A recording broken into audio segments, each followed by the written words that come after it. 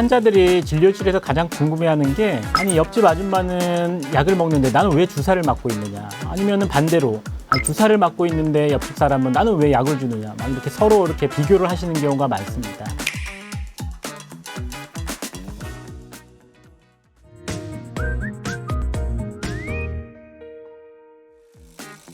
안녕하세요. 서울 아산병원 내분비내과 김범준입니다.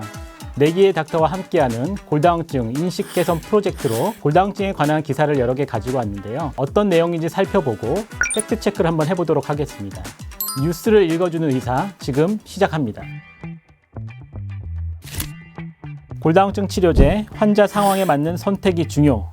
환자들이 진료실에서 가장 궁금해하는 게 아니 옆집 아줌마는 약을 먹는데 나는 왜 주사를 맞고 있느냐, 아니면은 반대로 아니, 주사를 맞고 있는데 옆집 사람은 나는 왜 약을 주느냐, 막 이렇게 서로 이렇게 비교를 하시는 경우가 많습니다. 그런데 이렇게 다양한 약제 중에 어떤 약을 선택할지는 환자 개개인의 골절 위험도, 동반 질환이라든지 부작용 여러 가지를 고려해서 우리가 결정을 하고 있습니다. 골다공증은 골 흡수가 증가되든지 골 형성이 감소되어서 생기거든요. 그럼 치료제는 증가된 골 흡수를 억제하는 골 흡수 억제제와 감소된 골 형성을 촉진하는 골 형성 촉진제, 이렇게 나눠 볼 수가 있겠죠.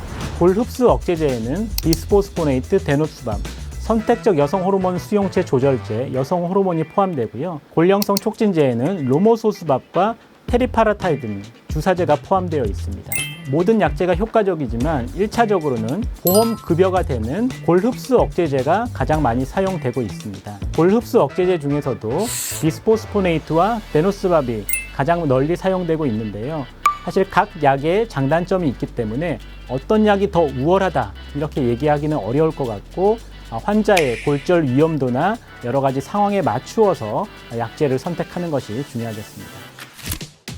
까다로운 골다공증 경구약, 복용법과 주의사항은, 골다공증 경구약은 복용법이 까다롭기로 유명하며 복용할 때 주의점은 여러 가지가 있다. 커피, 주스, 칼슘제 등과 함께 섭취해서는 안 된다. 알약을 씹어 먹거나 빨아서 먹을 경우 구강 인두에 궤양이 발생할 위험도 있으므로 물과 함께 삼켜야 된다라는 내용입니다. 어떠한 약제든지 약제를 잘 복용하는 것이 중요하겠죠. 우선 비스포스포네이트는 골절 예방 효과가 굉장히 좋습니다. 그 골절 예방 효과는 올바르게 드셨을 때 효과가 나타나는 것이겠죠. 장에서의 흡수를 좋게 하기 위해서 공복에 드셔야 되고, 물을 한 컵 이상 충분히 드시고 1시간 정도는 다른 음식이나 음료수 같은 것을 피하는 것이 좋습니다. 그리고 식도 점막을 자극할 수가 있기 때문에 약을 먹고 1시간 정도는 눕거나 엎드리지 않는 것이 중요하겠습니다.